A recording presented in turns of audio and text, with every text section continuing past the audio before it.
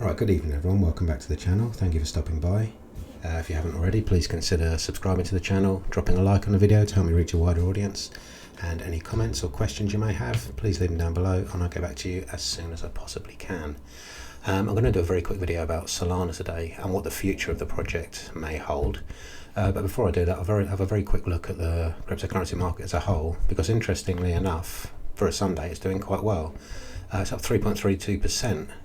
Which is unusual for a Sunday. We've got a market cap still above $1 trillion. It's almost at 1.1 trillion. If we go to the market cap chart, you can see we're holding nicely above $1 trillion. Last time we sustained a decent run above $1 trillion. We pushed all the way up to 3 trillion. So all things are looking quite good market cap wise.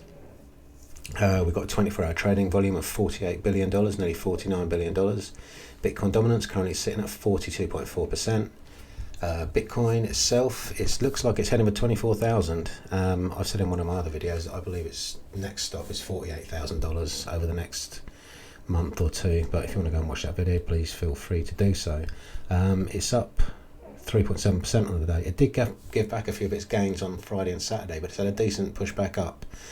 As for the biggest rises over the last few days, not last few days, last 24 hours, Dash is up, GMX is up 12%, Decentralized continues to make strides forward, Solana, that's up 9% on a day, up to $26, so that's looking good. A lot of the gaming coins were doing well yesterday and they continue to do well today. There's Axie Infinity, H-Bar's looking quite good, so there's quite a few coins that are up plus 10% on the day. As we're talking about Solana, let's see where it is in the market, see if it's back into the top 10. Where is it? It's currently sitting, it's above Polkadot now, it's massively above Polkadot. We've got market cap of just under $10 million, so we could flip Matic if it continues to push on this way in the next few days. So things are looking quite good for Solana. If we go to the Solana page, we can see that we're trading at $26.37. Up 9.45% on the day. Got market cap just shy of $10 billion, as I just mentioned. Circulating supply 371 million Solana. Everything looking nice on that tiny little chart you can see there. As for sentiment, as I've previously mentioned in my last video, these things have just turned into like a message board for shilling other coins, because no one's really talking about Solana in here. Talking about other bits and pieces. People are saying they're bullish, but then they go on to talk about a completely different thing, like Corgi Mega Pump. I haven't got a clue what that is, but anyway, moving on. Let's have a quick look at the chart so we can go do the technicals. So this is Solana on the daily. You can see if you go back to this low here on the 22nd of November, we made a lower low. We went on to make a further lower low here on the 29th of December. From there was a clear bullish divergence which played out nicely, and this became support here. We closed again above the support and we've been pushing forward ever since. The divergence has played out. We're onto positive momentum now. The only fear I have at the moment, we'll have to see how this plays out, is that there is a very slight divergence, well, quite clear divergence on the MACD line and the signal line between this high here and the high we're currently making. It's like a small sort of double top almost.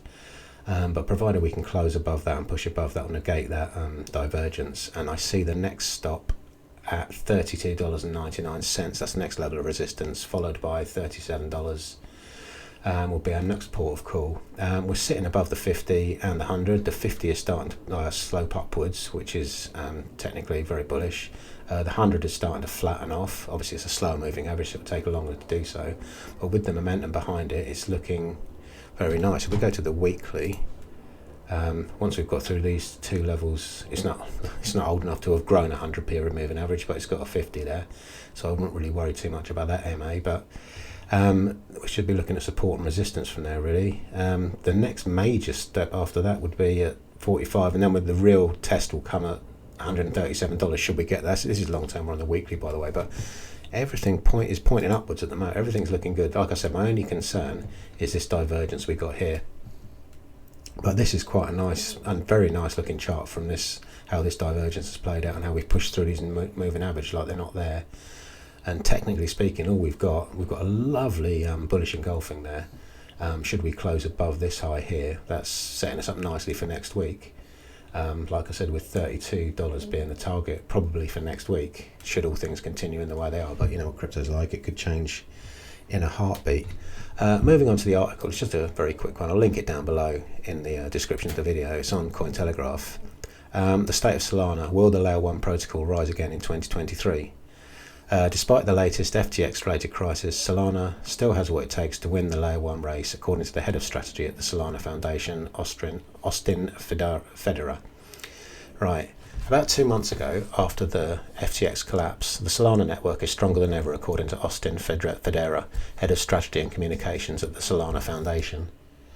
Federer defines the recent Solana token price crash as a short-term market reaction to the perceived connection between Solana and the defunct crypto exchange FTX. Because when FTX dumped, everything dumped, but Solana dumped harder than anything. There was a lot of people saying it was going to go to zero. I personally didn't believe that, but I didn't think it would recover as quickly as it has done. But people saying it was going to zero, I think, were being a bit sensationalist and a bit reactionary, because it's a very solid project. Sorry, I digress. While FTX founder Sam Bankman-Fried was invested in many Solana-based projects, Federer pointed out that he didn't have any influence on the network's operations and fundamentals. To external perception was that there was a very close relationship between the Solana networks and FTX, which wasn't the case, Federer explained in a recent interview with Cointelegraph. According to a recent report by Electric Capital, the Solana network has been experiencing a record inflow of developers contributing to the ecosystem.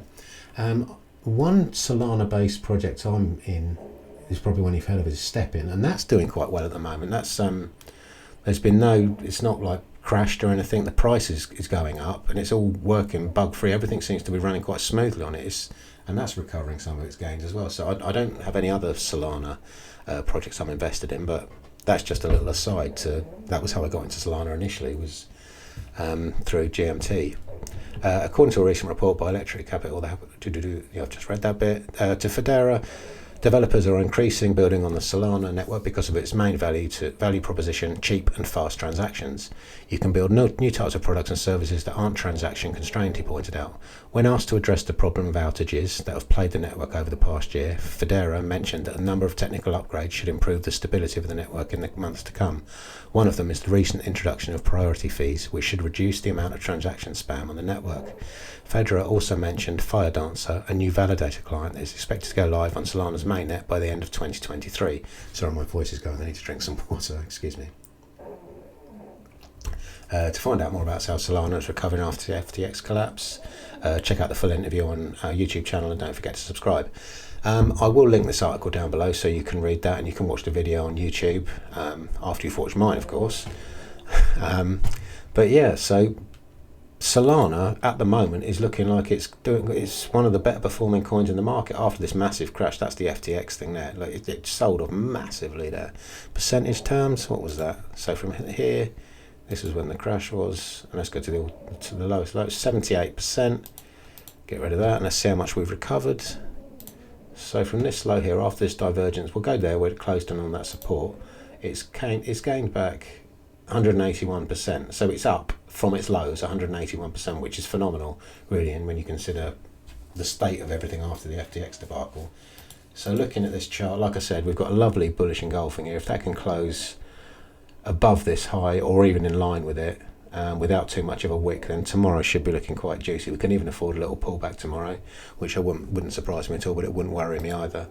And on the weeklies, again, 3-1 bullish engulfing. We've got a doji there.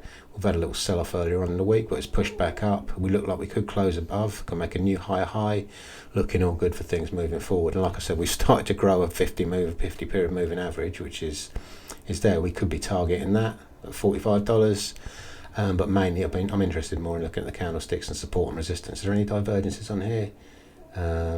Not really, no, but it's like I said, it's only just grown to 50, it's not grown 100, it's not been around long enough. But I'm going to leave it for there. So, like I said, if you haven't already, please consider subscribing, dropping a like on the video. It would help me to reach a wider audience. Any comments or questions you've got, please leave them down below, and I'll do my best to get back to you as soon as possible. I wish you all a wonderful evening, a great week, and I'll see you in the next video. Thanks for watching, and bye for now.